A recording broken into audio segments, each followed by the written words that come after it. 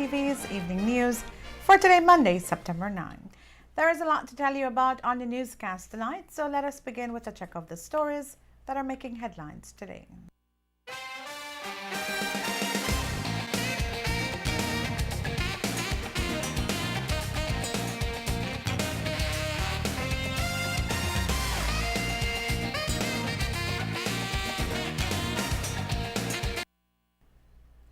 Belize Police Department mourns death of police officer at hands of fellow officer. Another taxi driver killed in the Cayo district. Belize territorial volunteers trek to the western border, and yet another delay in works at Dangriga Town Market. Details of these stories and more are coming up on the newscast tonight, but first we step aside for a word from our sponsors. Beat the heat rush and head over to Smart for astonishing pre-expo deals and more deals. Join the Droid experience with a new Alcatel C505 available for only $235 or an HTC Rhyme for an incredible $499. Grab yourself a Samsung Galaxy S4, HTC One, Alcatel Ultra or Shockwave, all at marvelous prices. There are even phones as low as $65. So beat the heat rush and go into Smart today. Smart, bringing people together. At Belize Natural Energy, one of our core values is social responsibility, which is to maintain a safe and healthy workplace, protect the environment, and positively impact our communities. Defining safety is simple. Something is either safe or it's not. At BNE, we've made it a mission to create a safety culture where no one gets hurt and nothing gets damaged. This means safety comes first, in every task, in every project, in everything we do. Whether we're gauging a tank, filling a truck, cleaning the floors, loading a ship, delivering LPG, or transporting crude. We take the time and the resources to ensure that every task is completed safely. Oil exploration, extraction, and transportation has its hazards. BNE has procured and deployed spill pads, sorbent booms and barriers, oil skimming technology, and complete oil spill response units. Necessary equipment combined with skilled, trained personnel make BNE ready to respond to spills and environmental incidents. We're a Belizean company that has adopted world-class standards, and we're constantly raising the bar. At BNE, we're never satisfied. We always focus on continuous improvement. We always want safer, we always want cleaner, and we always want better. Our personnel are trained to follow international standards, from hard hats on the compound, to safe speeds on the highways, to the types of storage tanks at port. Every element of our operation has a safety component. At BNE, we monitor for hydrocarbons, we monitor for oil in water, we monitor air, and we monitor noise levels. As a person that has been involved in the environmental sector for almost 20 years, and I'm doing exactly what I love, protecting the environment, BNE has actually given me that opportunity to continue doing so at an even higher level. Our people are at the heart of our safety efforts.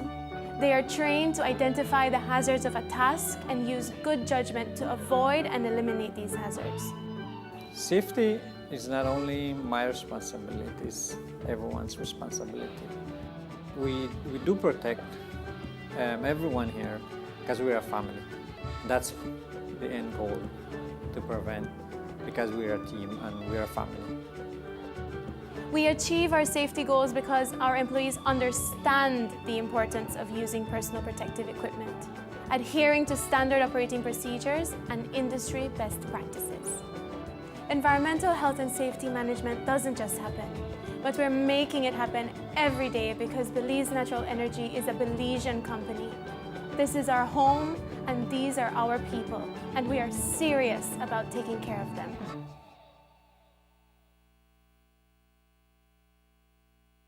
The Belize Table Tennis Association is proud to be hosting for the first time ever in Belize the 15th Central American Masters Table Tennis Championship Tournament starting on September 13th through the 16th.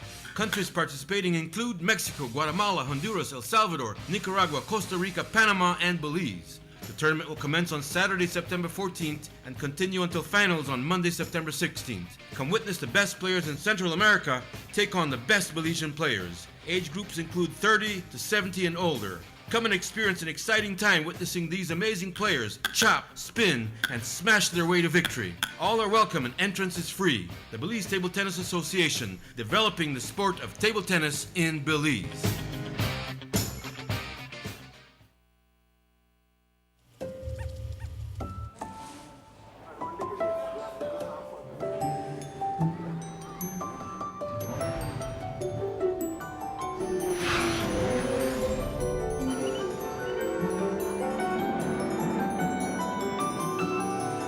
Shell Helix makes you feel like you're driving the best car on the road.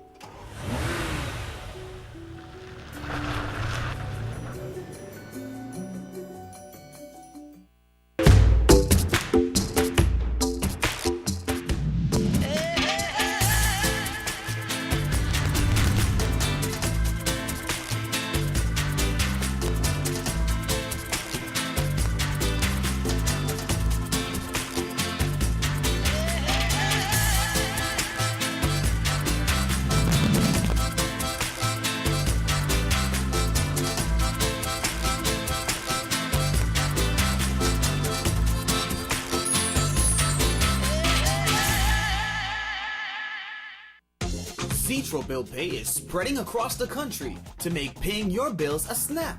No long lines, no hassle. Zetro and Heritage Bank have teamed up to make it extremely easy to pay light, water, and phone bills. We are also an authorized agent for BEL, Channel Broadcasting Cable, Tropigas, Quartz Belize, Central Cablevision, and My Belize Autos. Remember, you get a chance to participate in our monthly raffle and a chance to win one or more of 10 plus prizes with each bill paid transaction. Zetro, 126 Freetown Road. Email office@zetro.bz. Call 223-1678 or check us out on the web at www.zetro.bz. Good evening. With the Monday edition of Love TV's Evening News, I am Renee Trujillo. The Yearwood family and the police department are trying to come to grips with a series of unfortunate circumstances that led to the shooting death of a young police officer. Reporter Marian Ali has the story. The chain of bullet holes in the wall of public supermarket on Central American Boulevard and an old refrigerator in a yard across from there are the etchings of a succession of gunfire that broke the silence around 1 on Sunday morning. It proved to be a deadly ordeal for one policeman, recently transferred from Belmopan to do duties in Belize City.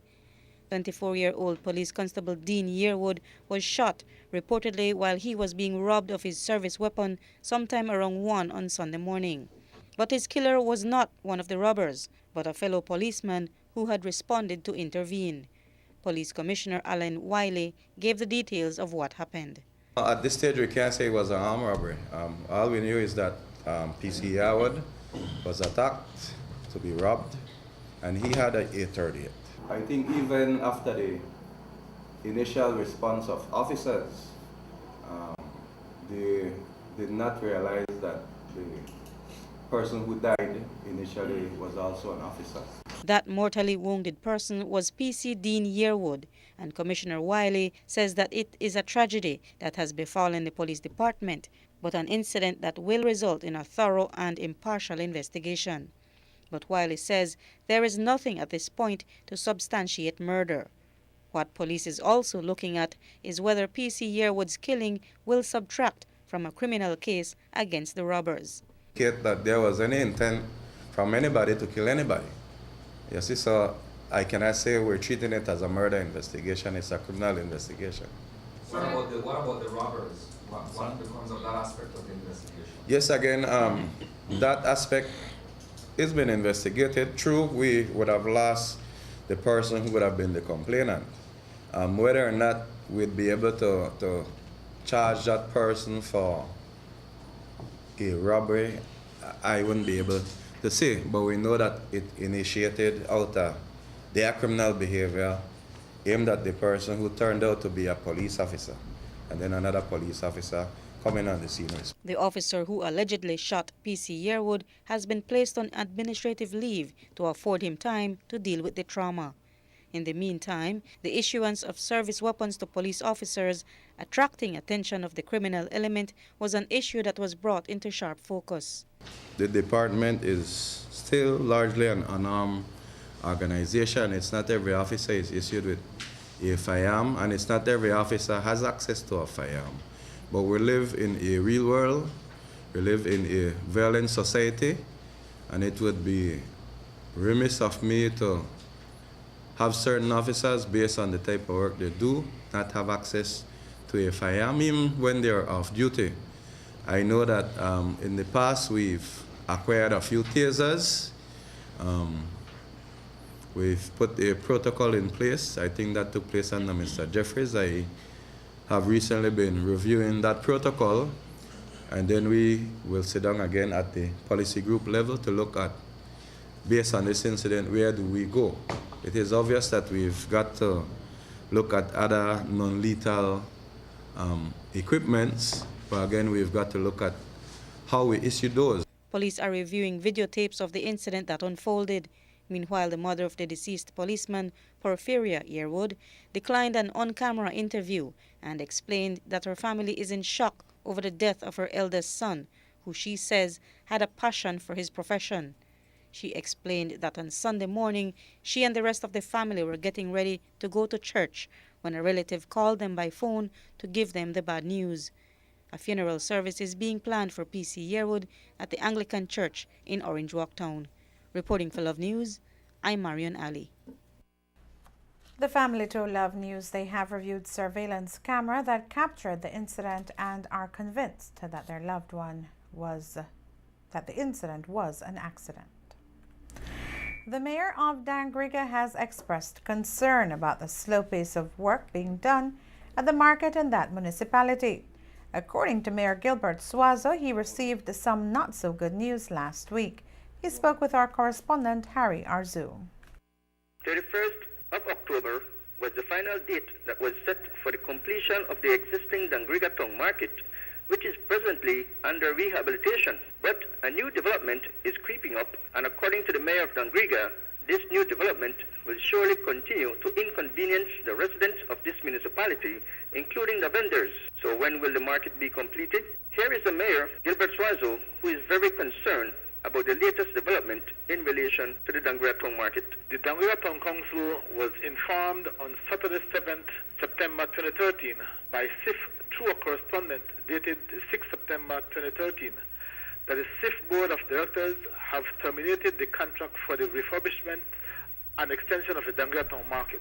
The SIF Board claimed that the contract is terminated because of non-performance, including delay in the excess of 100 days in the execution of work.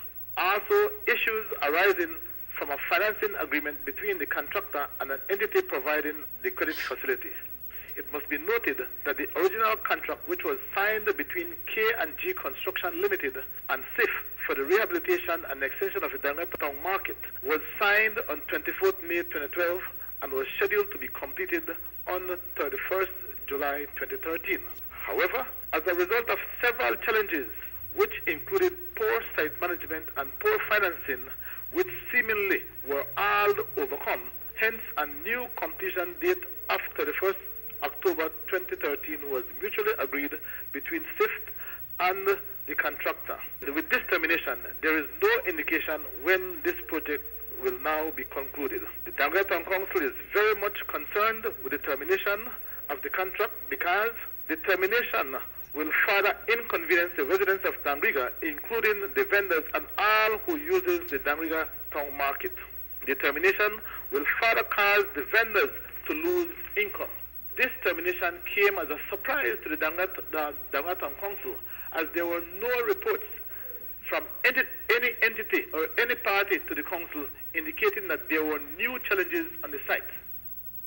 Considering that on 7th August 2013, there was a meeting between SIF, the contractor, the consultant, the Dangriga Project Monitoring Steering Committee, and the Dangra Town Council, where all parties, including SIF, expressed their pleasure in regards to the progress that was made on the market project, including the hiring of a new site manager on behalf of the contractor and a new line of credit to the contractor. It must also be noted that SIF held a survey which concluded that the vendors were experiencing an average of 25% in reduction in sales as a result of their relocation since the commencement of the market project. This termination will further inconvenience the people of Dangriga and all who uses the market, including the vendors. The termination will further cause loss of income to the vendors, and this termination will also indicate that the 31st October deadline will have to be extended to a minimum of 3 to 6 months, subsequently further the inconvenience on Dangriga and his people. The Dangriga Town Council is deeply concerned and hereby call on SIF and the government of Belize to ensure that the project is completed as soon as possible in order to stop the inconvenience to the people of Dangriga and all who uses the facility, and to prevent any further loss of income to the vendors. Essentially, the Dangriga Town Council ask and hereby implore the government and SIF to stop the pain and suffering that is inflicted on the people of Dangriga. Stop the pain and suffering. Due to this latest development, the completion of the market will be further delayed, the mayor informed. Reporting for Lab News, Harry Arzu in Dangriga. On Friday, September 6th at about 8:30 p.m., Corozal police visited an area between miles 69 and 70, where upon their arrival they saw an extensively damaged gray Toyota Corolla car on the left-hand side of the highway facing a western direction. Also at the scene was a towhead truck with a trailer used to transport butane. Initial investigation revealed that the towhead truck, driven at the time by 33-year-old Jose Arevalo of Palin Esquitra, Guatemala, was traveling from Orange Walk Town towards Corozal, and the car was traveling in the opposite direction when the driver of the car, 53-year-old Ricardo Villanueva of San Pedro Street, Orange Walk Town, reportedly lost control of the vehicle, causing a head-on collision with the truck. Arevalo sustained minor head injuries, whilst the passenger, 33-year-old Armando Efrain Sosa of Maskell Street in Orange Walk Town, sustained a cut wound on his right knee, a cut wound over the right eye, and the right side of the jaw. Villanueva sustained a small cut on his forehead and complained of bodily pain. The car was extensively damaged, and the truck received a broken right spring blade and right headlamp and dent on right side of the bumper. Villanueva was transported to KHMH in Belize City and later released. Investigation continues. The Belize Territorial Volunteers, in continuing with their patriotic efforts of clearing the borders, yesterday visited the Sarstoon River to raise their flags for the country. As it turns out, even though they were within Belizean territory, they were approached and questioned by a group of Guatemalan soldiers.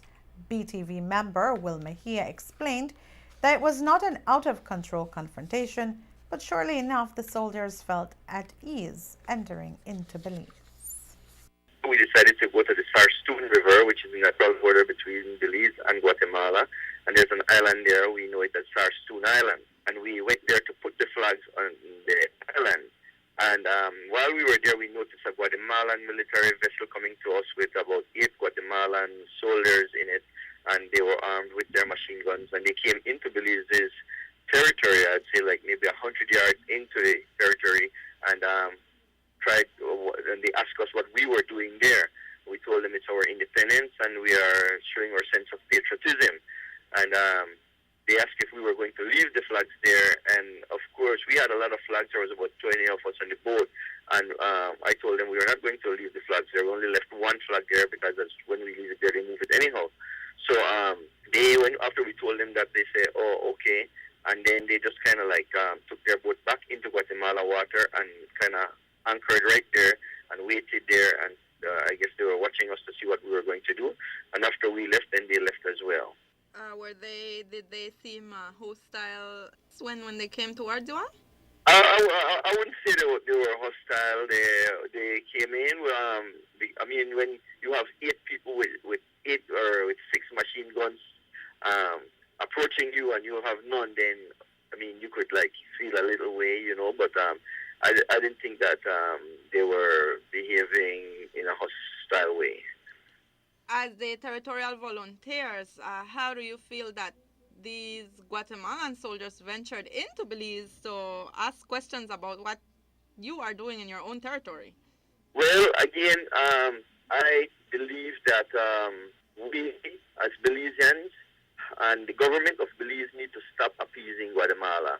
I believe that we're being soft on them. They come into our territory, they question us like we are, you know, like they are soldiers in Belize, and they do what they want, and our government continue to be easy on them.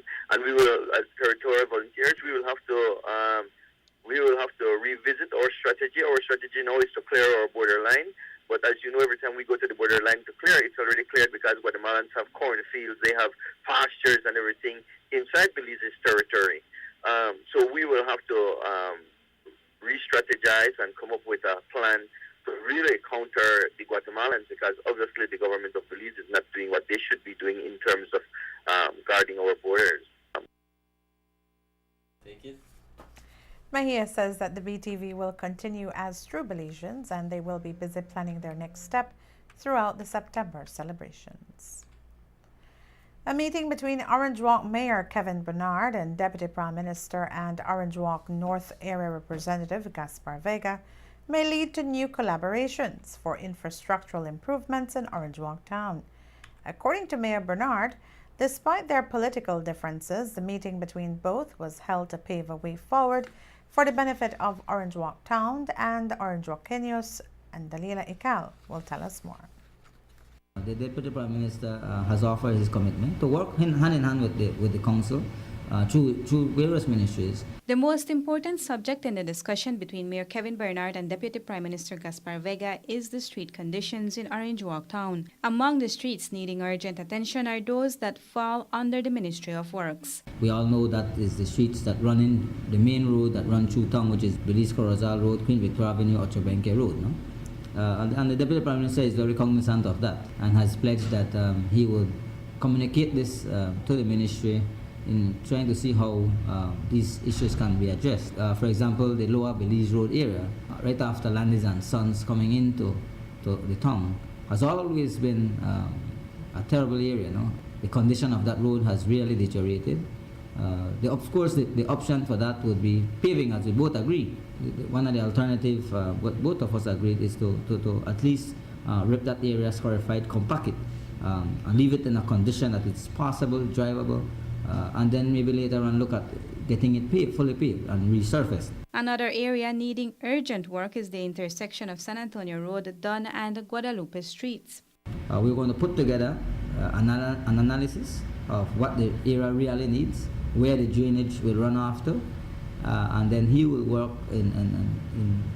with the Ministry of Works to see if we can get that area paved, that section at least. He has not committed to the entire street, but especially that junction. Mayor Bernard says they hope to have the analysis by next week to set up a meeting for further work to get done. Both elected officials also discussed how the council can receive assistance from local government to keep improving the overall street conditions. What we're saying is give us access to some of the material, give us some tar, give us some gravel, and we can put in the work. We have the manpower, we have the equipment, we can do the work to help maintain our streets. Both of us agree that this is our town. We all drive these streets, and so we want to see how the government can assist us as a municipality in procuring some of these things. Mayor Bernard says they have procured materials to keep working on the streets, which will continue as soon as the rains recede. And finally, in the September spirit, Vega also made a contribution towards the activities of the Orange Walk Town Council.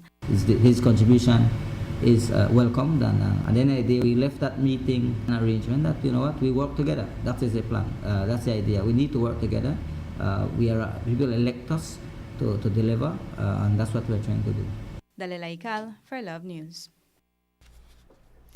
Coming up after the break, Guatemala national charged for murder in Roaring Creek Village. Minister of Sports says good things in store for Marion Jones Stadium, and Belizeans prepare to celebrate the 215th anniversary of the Battle of St. George's Key. The evening news will continue after these messages. This is Belize, the land of the gods. Hey Belize, I am John Palacio. Being a Belizean means everything to me. It means family, it means culture, it means richness. We're free, we're proud. This September we're celebrating the 32nd anniversary of independence. Come on out, let's have some fun. Let's unite as one. Belize in you, Belize in me. Land of the free.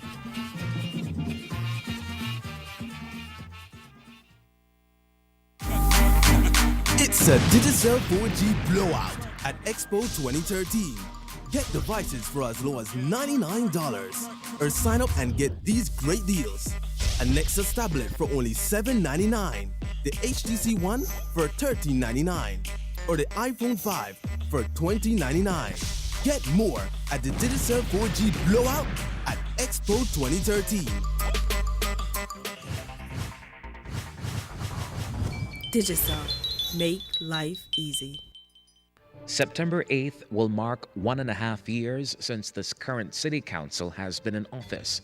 After 1.5 years, major improvements in city infrastructure, with 86 streets concreted so far, with plans to concrete 100 streets by December of this year. These works are paid for by the first municipal bond to be successfully launched by any city in Central America or the Caribbean. It also represents a $20 million investment in infrastructure. And we're continually acquiring heavy equipment and improving our technical staff to maintain and improve your streets and drains. Major upgrades in parks and playgrounds, including the now renovated Battlefield Park and the soon-to-be-completed BTL Park. And plans are being finalized to renovate the commercial center and to renovate the exterior of the Supreme Court buildings. Major strides in community projects, including renovating the maternity ward at the KHMH, donating 2 renovated science labs to St. Catherine Academy, donating a computer lab to Excelsior High School, and carrying out our annual summer programs. Major improvements in beautification, including the annual Labor for Belize initiative and the painting and repairing of over 100 homes.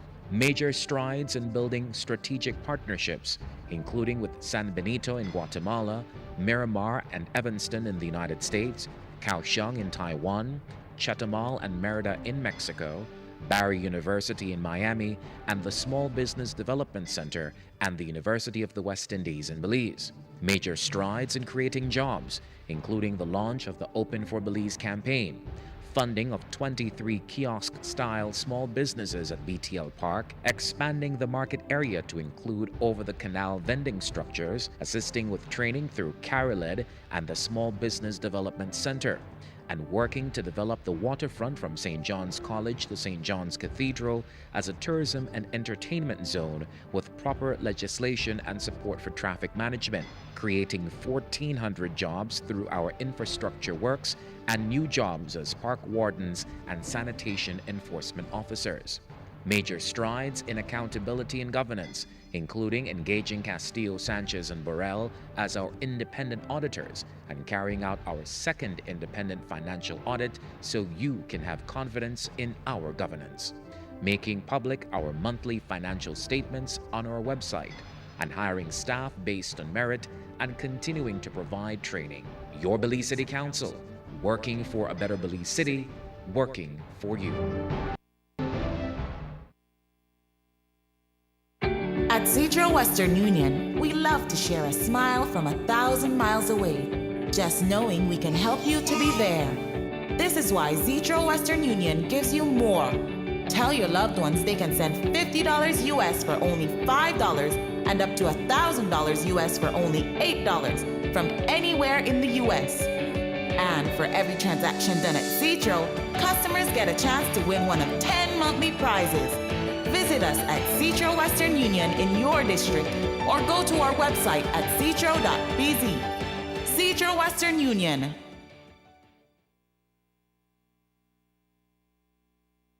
It's delicious. I'm so anxious, cause I'm falling in love with your new product, Grace Lunch and Meat. It's good for you and me grandpa and me granny, Grace Lunch and Meat. Yes. Grace Lunch and Meat. It good for everybody. Grace Lunch and Meat. New product when it hit the country. Grace Lunch and Meat. Ready to eat. Come and join me. Grace Lunch and Meat. Try it. You'll love it.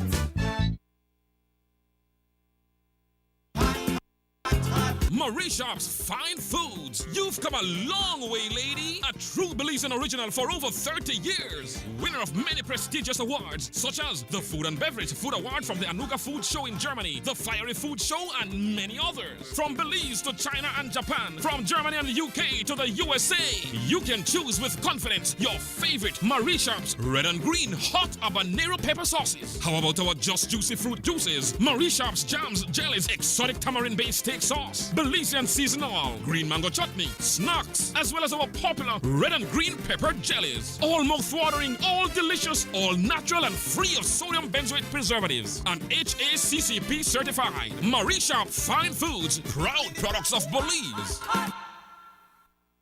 The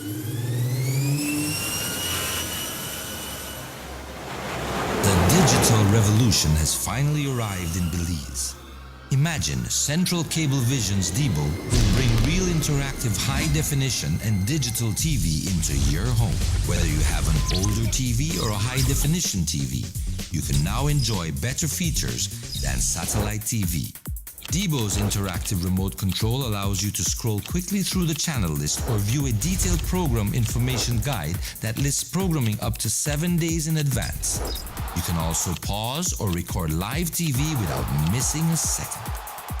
In addition, Debo allows you to set reminders for your favorite shows and play games while waiting for your program to begin. Debo is that easy, and Debo is that good. Get your Debo from the Central Cablevision office near you and be your own digital boss. Get free installation with the purchase of every Debo. Central Cablevision, leading the digital revolution. Welcome back to Love TV's Evening News.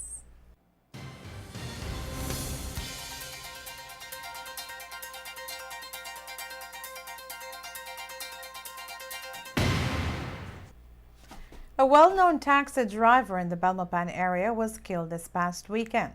Correspondent Fem Cruz has the story.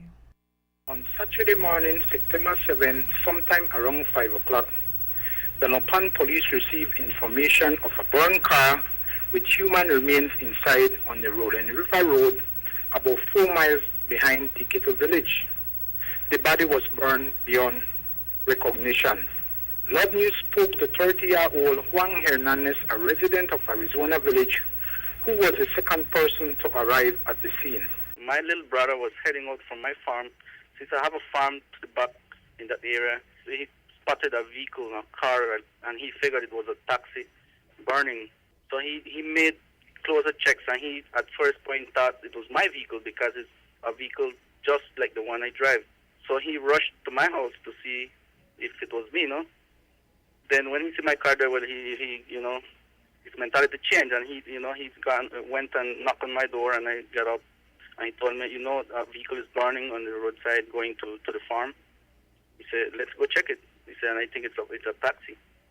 So I rushed there along with him on his motorcycle, and I saw the vehicle. At first, I thought, of one of my close friends, because the vehicle to me looked white. But then, when I make closer checks, I noticed it was a red vehicle, just like my one. Yeah, a Geo Prism. So I thought I made closer checks, and I saw a body inside the vehicle burning, still in flames. So I made, checks around the vehicle to see if I can recognize the vehicle. And that was when I noticed, I recognized the vehicle because of the rims. It has some original aluminum rims on it. And I thought of 3 of my friends. But then I try to recall, if I can, identify it, very good. So I look at it very good, and I noticed You know, the other vehicles, one of them is a Corolla, it's the same color, but it's a Corolla, it's not a Geo Prism, and this one is a Geo Prism. So I thought, you know, I wonder if it's Jorge or it's Daniel. But then I remembered Jorge vehicle doesn't have the cover for the nuts on the rim, so, and this one has it, and, you know, so I figured it's Daniel. But I want to verify, and I saw the license plate on the ground, and I took a little stick and I flipped it over because it was, you know, upside down. And that's when I saw the number Belmopan D at 210. So I know that number is for Aguirre. So I then ride back to my house and called the police and informed them of the, you know, the findings. And then the police went to my house and I took them to the area. I figured this was a robbery just like the one that happened a few months ago, or like 2 months ago. No? And it's so unfortunate that in that period of time, like 2 or 3 months, it's the second murder of one of my fellow colleagues here in Belmopan. We all work as brothers. We all work together. It's a big loss for us.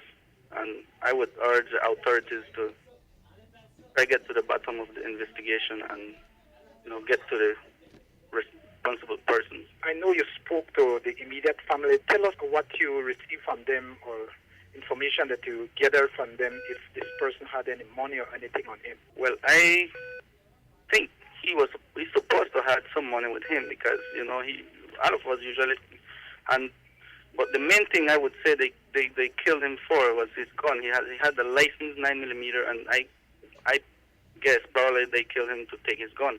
So that could be the only thing. The body was later identified by family members as Daniel Hugo Aguirre, 37-year-old resident of San Martin, Belmopan City. Love News understand that police have detained one person for questioning in connection with this incident. This is Brother Frem Cruz reporting from the nation capital city, Belmopan, for Love FM. Belmopan police have charged one person in connection with the Friday morning murder of Nigel Neal, a mechanic of Roaring Creek Village. Neal, who was a deportee, had reportedly gone into the Belmopan police station to sign, and upon his return to the village, he was gunned down. Over the weekend, police detained 20-year-old Erlin Giovanni Arquiaga, a laborer of Petén, Guatemala, and charged him with murder. 47-year-old Louis Gordon, a resident of Amara Avenue in Belize City, who allegedly beat his brother-in-law with a shovel and chopped him with a machete, was charged with attempted murder and grievous harm when he appeared in court. Magistrate Dale Cayetano did not take a plea because the offenses are indictable. He remanded Gordon into custody until October 28. The incident occurred around 6:20 a.m. on September 6. 37-year-old Roberto Gilharry, who resides in the same yard as Gordon, reported to police that Gordon beat him with a shovel and chopped him with a machete on the left side of his shoulder. He said that he felt like he was going to pass out, and he was spared further injuries when his wife pulled him inside the house. On Friday night at about 11 o'clock, Corozal police were on mobile patrol on 7th Avenue, Corozal Town, when they saw a red Nissan Sentra car being driven at the time by Israel Rancharan of Hall's Layout in that municipality. As a result, police stopped the car and informed the driver that a search would be conducted on his vehicle. Nothing incriminating was found. The driver was informed that the vehicle will be brought to the police station for further search. Police escorted Rancharan along with his vehicle to the police station, where upon arriving at the station, a further search was conducted in the vehicle in the presence of the driver, where between the two front seats, police found a transparent plastic bag containing 2 small parcels with a green leafy vegetable substance suspected to be cannabis. It was shown to the accused, and he was cautioned and told his constitutional rights. The suspected drugs were weighed, amounting to 53.3 grams. Rancharan was arrested and charged for possession of a controlled drug.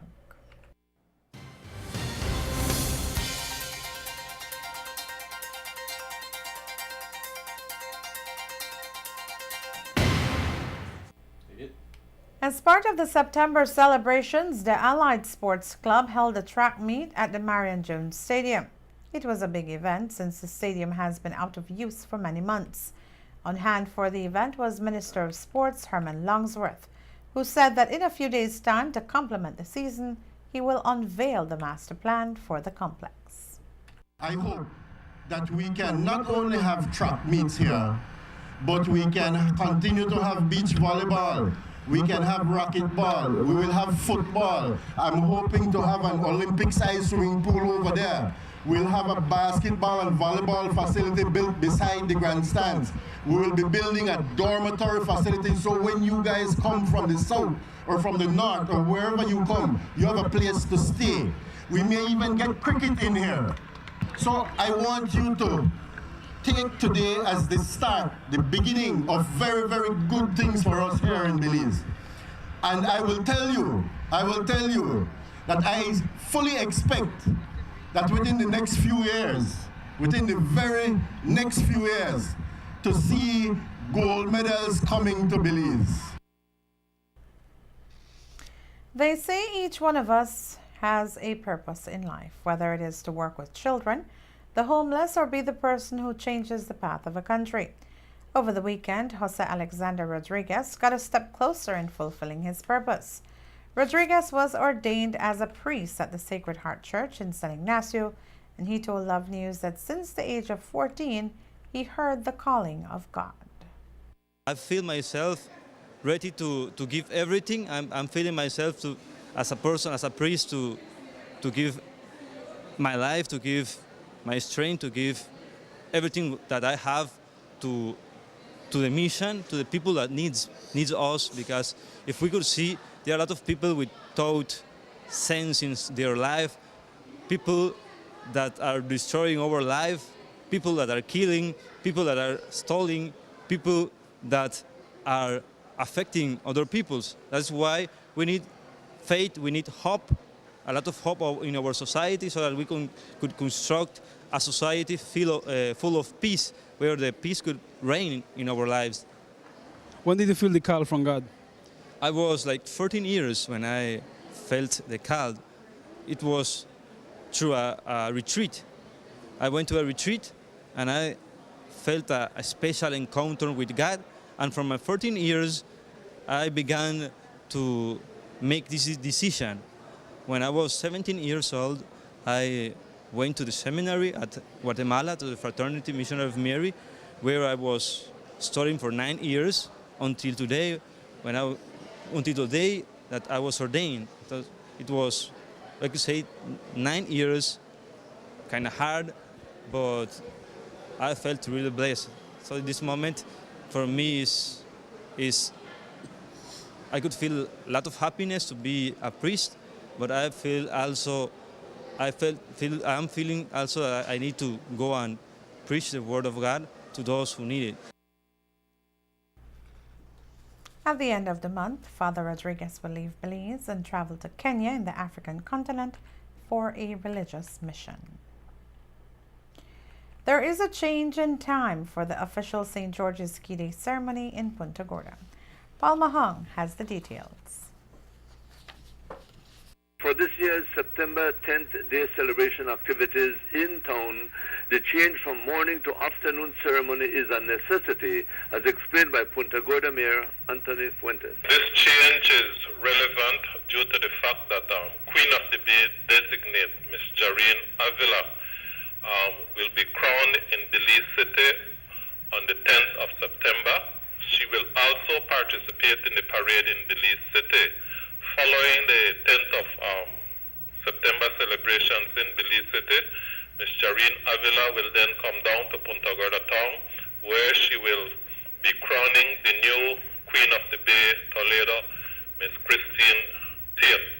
And so this change is very vital for our September celebration 2013. Mayor Fuentes also commented on plans for official St. George's Key Day ceremony and activities in Punta Gorda.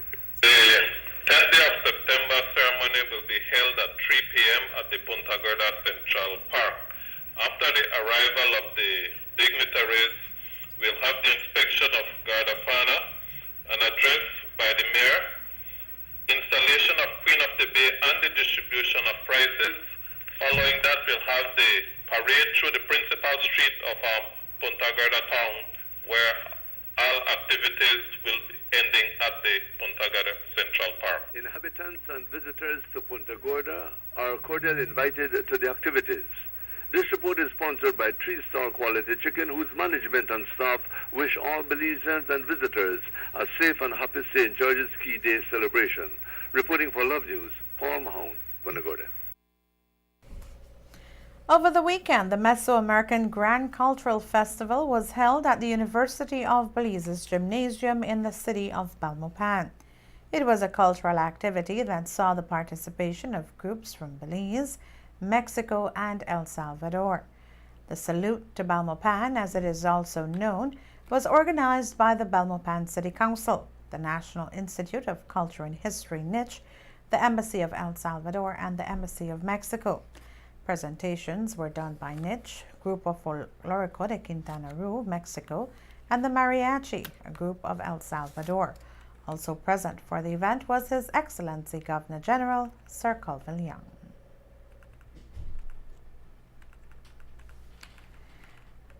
This news broadcast comes to you from Love Television. Coming up after the break, we take a look at the cattle industry. September 8th will mark 1.5 years since this current city council has been in office. After 1.5 years, major improvements in city infrastructure, with 86 streets concreted so far, with plans to concrete 100 streets by December of this year. These works are paid for by the first municipal bond to be successfully launched by any city in Central America or the Caribbean. It also represents a $20 million investment in infrastructure. And we're continually acquiring heavy equipment and improving our technical staff to maintain and improve your streets and drains. Major upgrades in parks and playgrounds, including the now renovated Battlefield Park and the soon-to-be-completed BTL Park. And plans are being finalized to renovate the commercial center and to renovate the exterior of the Supreme Court buildings. Major strides in community projects, including renovating the maternity ward at the KHMH, donating 2 renovated science labs to St. Catherine Academy, donating a computer lab to Excelsior High School, and carrying out our annual summer programs. Major improvements in beautification, including the annual Labor for Belize initiative and the painting and repairing of over 100 homes.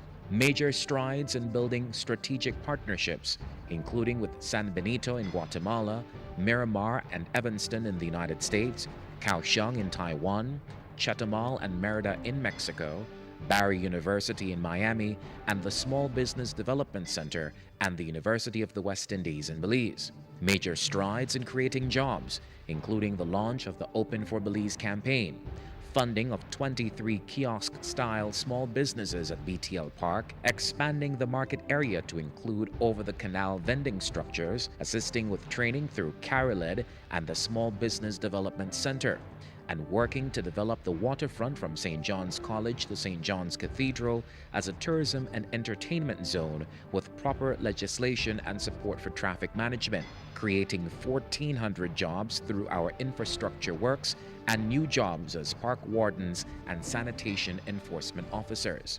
Major strides in accountability and governance, including engaging Castillo, Sanchez, and Burrell as our independent auditors and carrying out our second independent financial audit so you can have confidence in our governance. Making public our monthly financial statements on our website and hiring staff based on merit and continuing to provide training. Your Belize City Council, working for a better Belize City, working for you.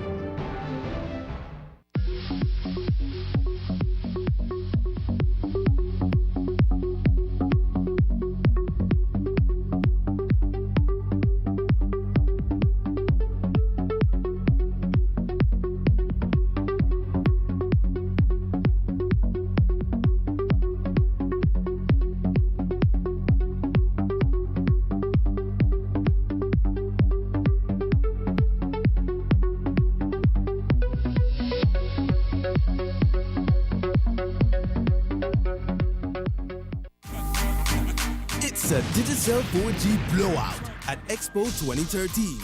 Get devices for as low as $99 or sign up and get these great deals. A Nexus tablet for only $7.99, the HTC One for $13.99, or the iPhone 5 for $20.99. Get more at the Digicel 4G Blowout at Expo 2013. Digicel. Make life easy. This is Belize, the land of the gods. Many times people may ask me, would you ever think about living somewhere else? And why would I? I'm living my life. I'm living my dream. I can see everything that I've ever wanted as a child come to life by being in Belize. So I don't see anywhere else that I could ever go, anywhere else that I could ever fit in. And I think that one of the most important things is appreciating who we are, appreciating what we have, and seeing the developments. I mean, look how awesome our city looks right now. It feels good to drive anywhere right now. So I can tell you that it's just amazing to know that this is my home, and I love sharing it with people and telling them about coming here, and that's really important to me.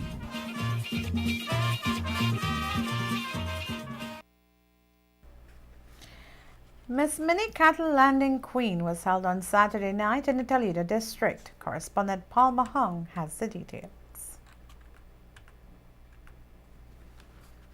Of the 4 contestants, the title of Miss Minnie Cattle Landing 2013 went to Jessica Gonzalez, who also won the title Miss Popularity. This candidate was sponsored by Mr. and Mrs. Earl Bowden and family. First runner-up, Ricky Bardales, who also won the title of Miss Photogenic, was sponsored by Mr. and Mrs. Oliver and Rosita Williams. The title of Miss Amity went to candidate Kendra Chavarria, who was sponsored by Gregoria Wedderburn, Yvette Romero, Cherrydale Parham, and Waluko's Restaurant. The other contestant, Andrea Roches, was sponsored by Cattle Landing Village Council. Contestants were judged on their cultural, sportswear, and evening gown presentations, and judges for the event were Myrta Coleman, Doris Lopez, Celia Mahone, and Delphine Sopal with tabulator Loretta Williams. Both the welcome address and vote of thanks were done by Cattle Landing Village Council Chair Lady Rosita Williams. The Miss Minnie Cattle Landing pageant was organized by the Cattle Landing Village Council. The new Miss Cattle Landing Mini Queen, other 3 contestants received prizes including bank savings and other attractive gift items. This report is sponsored by 3-Star Quality Chicken, now raffling 10 Beach Cruiser bicycles along with 10 Carnival t-shirts courtesy Dolphins Production. For every $25 purchase, you receive a raffle ticket for raffle drawings in September. Reporting for Love News, Paul Mahone, Punta Gorda. Of the 4 This weather report is brought to you by Insurance Corporation of Belize, ICB, making a positive difference in a changing Belize.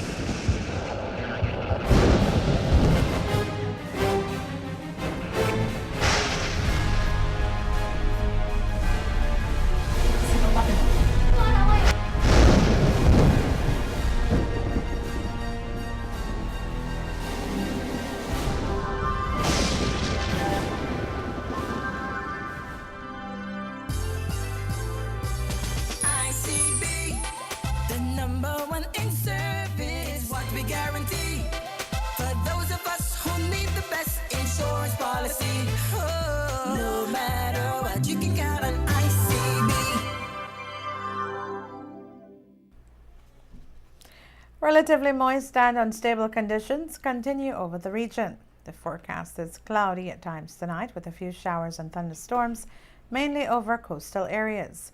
It will be cloudy with sunny breaks tomorrow, along with some showers and thunderstorms, especially over northern districts. The wind will blow from the east at 5 to 15 knots with higher gusts near thunderstorms. Sea state will be light to choppy, becoming locally rough at times. There is a small craft caution in effect. Low temperatures for tonight: 77 degrees Fahrenheit along the coast, 73 degrees Fahrenheit inland, and 68 degrees Fahrenheit up in the hills. A high tide will occur at 30 minutes past midnight tonight, and this will be followed by a low tide at 20 minutes past 7 o'clock tomorrow morning. The sun will rise at 5:40 tomorrow morning and sets at a minute past 6 o'clock tomorrow evening. The outlook for Tuesday night and Wednesday is cloudy with some showers and thunderstorms, mainly over the coast Tuesday night, then mainly over the north on Wednesday. And that is a look at the weather, with information provided by forecaster Derek Rudan. This weather report was brought to you by Insurance Corporation of Belize, ICB, making a positive difference in a changing Belize. Those are the stories we have for you today on Love Television. Our thought conditioner today comes from Ann Landers.